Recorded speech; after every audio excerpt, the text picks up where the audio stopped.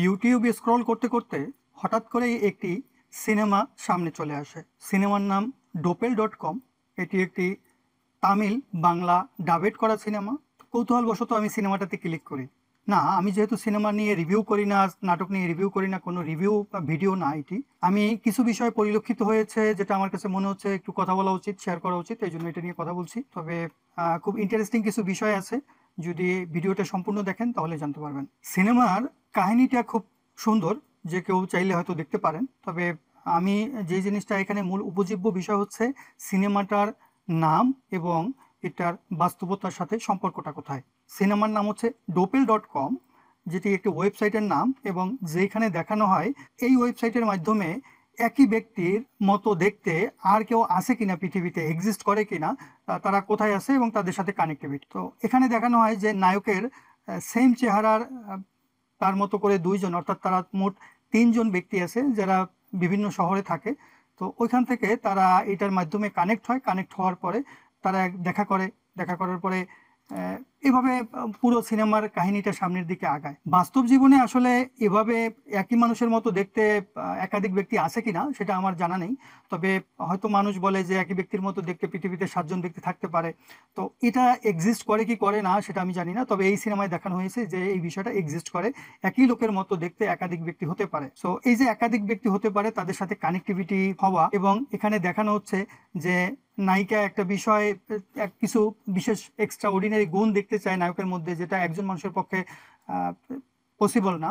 তো এখানে কি করে, নায়কের যেই সেম ফেসের বাকি দুইজন আছে যমজ ভাইয়ের মতো, তারা এসে নায়ককে প্রক্সি দেয় এবং নায়িকা এখান থেকে বিষয়টা কি বুঝতে পারে না যে এটা কিভাবে সম্ভব। তো আমি কেন এই মুভিটা নিয়ে কথা বলছি, আমি এই মুভিটা নিয়ে কথা বলছি এই কারণে, আমরা ছোটবেলায় দাজ্জালের বিষয় শুনতাম, তখন আমরা একভাবে মনে করতাম যে দাজ্জাল আসবে, দাজ্জালের হাতে ঐশ্বরিক অনেক ক্ষমতা থাকবে এবং দাজ্জালকে দিয়ে দাজ্জাল মানুষকে জীবিত করে দেখাবে, ইত্যাদি ইত্যাদি। এরপরে যখন আমরা এখন এআই টেকনোলজির যুগে প্রবেশ করছি, তখন ডে বাই ডে অনেক কিছু এমন ভাবে তৈরি হচ্ছে যে এআই দিয়ে একটা মানুষের হুবহু কার্বন কপি তৈরি হচ্ছে। তখন মনে করতাম হয়তো দাজ্জাল যেই মানুষগুলোকে দেখাবে তার আত্মীয় স্বজন জীবিত, এটা হয়তো এআই টেকনোলজির মাধ্যমে অনেক কিছু কারিশমাটিক দেখাতে পারে, যেটা মানুষের কাছে বিশ্বাসযোগ্য হবে, বা এমন ভাবে হয়তো টেকনোলজি আরো সামনের দিকে যাচ্ছে বা যাবে। কিন্তু এই সিনেমাটা দেখার পরে মনে হচ্ছে যে এই সিনেমায় যেমন নায়িকাকে ধোকা দেওয়া হয়, ঠিক একইভাবে দাজ্জাল মানুষকে ধোকা দিতে পারে। ঠিক একইভাবে এরকম মানুষ যদি আসলে সেম চেহারার এক্সিস্ট করে, তো হয়তো সেখান থেকে কানেক্টিভিটি তৈরি করতে পারে বা তৈরি হতে পারে। আমি জানি না আদৌ বিষয়টা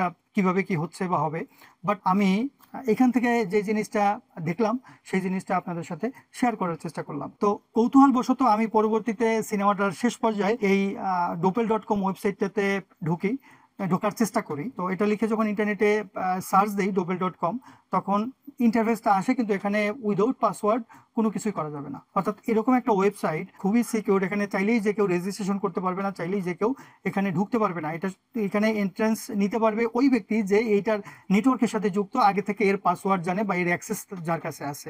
অর্থাৎ কোনো একটি বিশেষ ব্যক্তি বা গোষ্ঠী শ্রেণীর কাছে এর অ্যাক্সেস আছে, শুধুমাত্র এটা তারাই কন্ট্রোল করে। তো কৌতূহলবশত আমি জানার চেষ্টা করলাম তাহলে এই ডোমেইনটা কতদিন যাবত ব্যবহার হচ্ছে এবং এটার বয়স কত হতে পারে। দেখলাম এটা 2002 সাল থেকে এটা ইউজ হচ্ছে, মোর দেন 22 ইয়ার্স। এবং যেখানে ওই সময়টাতে বাংলাদেশে ইন্টারনেটের অবস্থা খুবই অপ্রতুল ছিল। তখন আমি তো জব করতাম 2005-06 দিকে আমি প্রথম নেট ব্যবহার করা শুরু করি।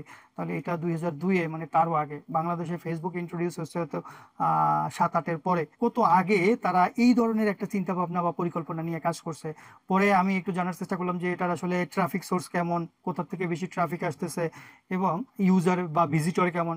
দেখলাম যে পুরো বিষয়টাকে ডিএপিএ থেকে শুরু করে পুরো বিষয়টাকে এরা প্রাইভেসি হাইড করে রাখছে, যেটা একজন সাধারণ মানুষের পক্ষে বা একজন নর্মাল এসইও এক্সপার্টের পক্ষ থেকেও এটা জানা সম্ভব না। তো আমি এর থেকে বেশি আর জানার চেষ্টা করি নাই, কারণ এই ধরনের সাইট নিয়ে বেশি জানা বা কাটাকাটির চেষ্টা করা বিপজ্জনক হতে পারে। তো এটা যারা করছে তারা হয়তো হাইলি সিকিউর বা ডার্ক ওয়েবের সাথে কানেক্টিভিটি থাকতে পারে, আই ডোন্ট নো। তবে এই ধরনের কার্যক্রম সম্পর্কে যদি আপনাদের কারো জানা থাকে কমেন্টস করতে পারেন, অথবা আপনারা আরেকটা ভিডিও তৈরি করতে পারেন জনসচেতনতার স্বার্থে বা উদ্দেশ্যে। সো আজকের ভিডিও এই পর্যন্তই, দেখা হবে পরবর্তী কোনো ভিডিওতে। সেই পর্যন্ত ভালো থাকবেন, আল্লাহ হাফেজ।